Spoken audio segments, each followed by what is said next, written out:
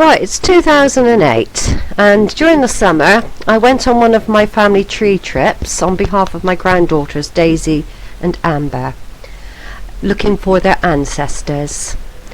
And so here I am at a place called Compton, Abbas, where many of her Merefield ancestors can be located, born, baptised, married and buried. At the time when I first visited Compton Abbas, I was unaware that was another more ancient church also somewhere nearby, which is now derelict, but the tower still remains, and apparently there are graves there. So this will encourage me, or does encourage me, to make a revisit at some point to try and find this old church. Because when I actually visited Compton Abbas, I couldn't find any visible Merefield graves in the church that I went to. So anyway, here we go. This is Sheila visiting Compton Abbas. Right, this is side 2, and this is on behalf of Daisy's ancestors, and Sandy, and I'm at a place called Compton Abbas, where lots of Merefields come from. Side 1 of this tape was my brief visit to Portsmouth, and I'll talk about that on the other side. So I've just arrived, I'm going to take some photos. Come in. Oh yeah, by the way, during this tape there were some weird noises, and the tape often switched itself to fast mode, and all sorts of things were happening when I was inside the church. It was quite creepy listening back. On the tape there was a weird noise on it. Porchway seems open. Didn't look like it was. There's a big solid white door. I don't know if the main church will be open. I'm just going to try it. Yes, it's open as well. Right. See if there's any lights. I'm inside the church. It's a very pretty altar. I like the cloth over the altar. Very pretty. Looks like it's had some renovation work done. It's got an organ. It's got a nice new carpet leading up the aisle, up to the altar. Beige cream colour. It's got like a chandelier hanging down as well. I'm going to try and take a picture. I can't seem to find the light that works.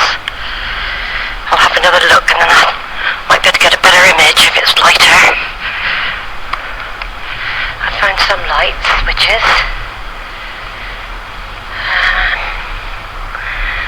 Don't fiddle too much, I might turn something on that I shouldn't. Daisy's ancestors would have got Christmas married. Any plaques on the wall. No mention of any Merefields now, but then people did move on in those days. Very bare walls, but very clean. There's a couple of plaques up by the altar, but nobody recent.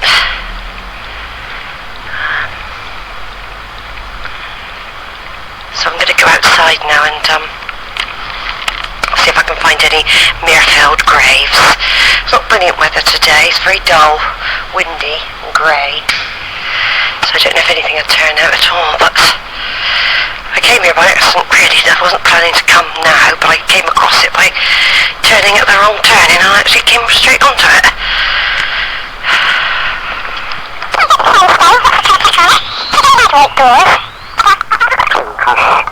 Looking around now to see if I can see any names. I'm sure.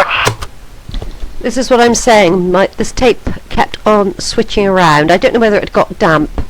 So I do apologise for this. I will try and edit it at some point to slow certain bits down. Sandy, that's Daisy's grandmother, said she found a couple, but that could have been the other place.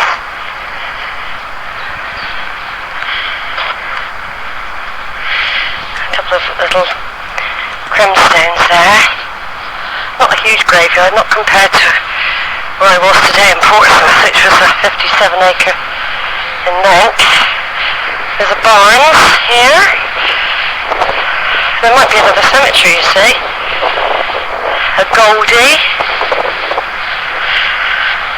I'm having a sort of a scan. Don't forget, people were from neighbours of others, grew up with them, so were married into that family even. Barnes is another one, Florence Bessie Barnes. She died in 1955, age 58, or it could have been 53, age 58. Lots of Barnes, and a couple more Barneses.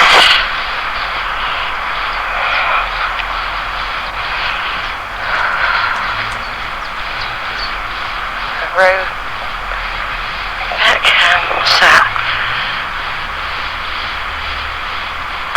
A Dyer, spelt D-Y-R-E. William Goldie.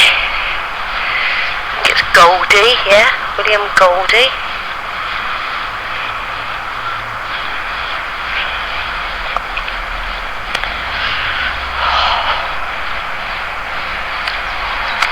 John S. Hill, died 1937, age 64.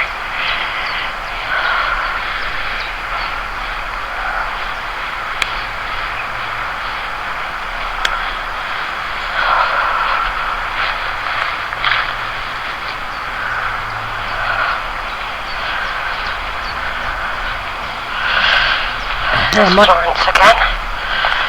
William Falcon Duke, died 1947, age 39. Oh no, his wife did, Eva.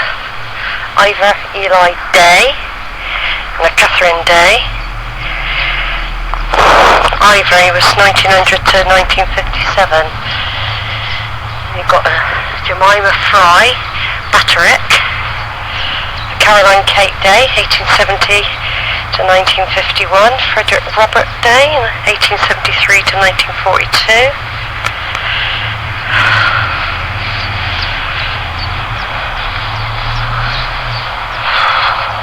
Being the summer, my asthma was quite bad at this point. Fenwick Hutchins, Captain of the Royal Navy, born 1885, died 1968. Commanding Officer of Force Pluto in 1943 to 45. And Olive Hutchins, she died in 1963. That could have been his wife.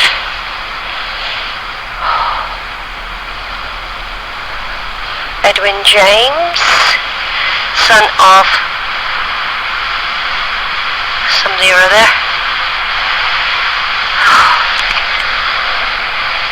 It's like a very old vicarage next to the church. Looks a bit dilapidated. Very pretty and quiet. It seems a very small place, but then they were these places in the olden days. They were very small. They were farmers and agricultural workers.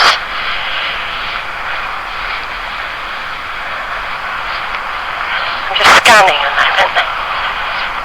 Scan.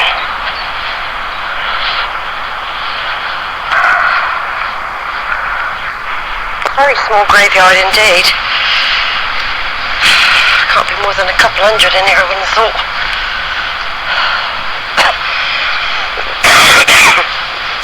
Alfred Foote, who fell asleep December 1909, age looks like 17. And Dinah Jane, wife of no, he must have been older than 17. Looks like 17 now. Emma Jane fell asleep 19, looks like 87, age 69. There's a Henry Just Rideout, age 73 when he died in 1953. And Ada Louisa, she died in 1974, age 87. Are they quite old? They might have been around, you never know, when some of the Merefields were stood about. Oh, it's looking very menacing, the weather. Very... I'll just point out another thing. During my visit, exactly on this day, and not far away from wherever I was, a woman was murdered in a wood. It was found to be her son, and she was an elderly woman. And it was exactly that day, which is a bit spooky as well. And all those funny noises on my recorder. You never know, do you? Very disturbed, the clouds are swirling. And you've got Alford Hayter, Hayter, 1885 to 1962, and Cecily Elizabeth, 1889 to 1963.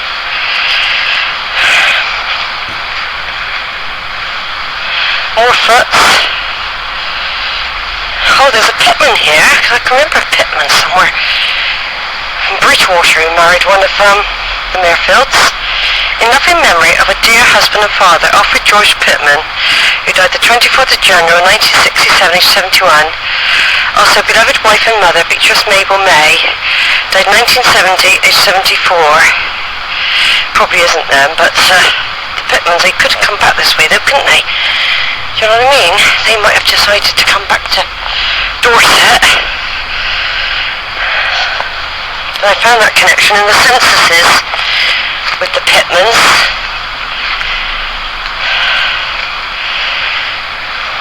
Ida Maria Ford. She died 1962, aged 56. And a Douglas. God, it looks like it's going to pour rain in a minute. I'm getting quite a bit of foots here. There's another Pitman actually. Might be a soldier. No. Born 1952, died 1970, John Pitman. It's just got a very crude wooden cross, which has got it in black. This recording will take place on part 2 of Sheila's visit to Compton Abbas in 2008.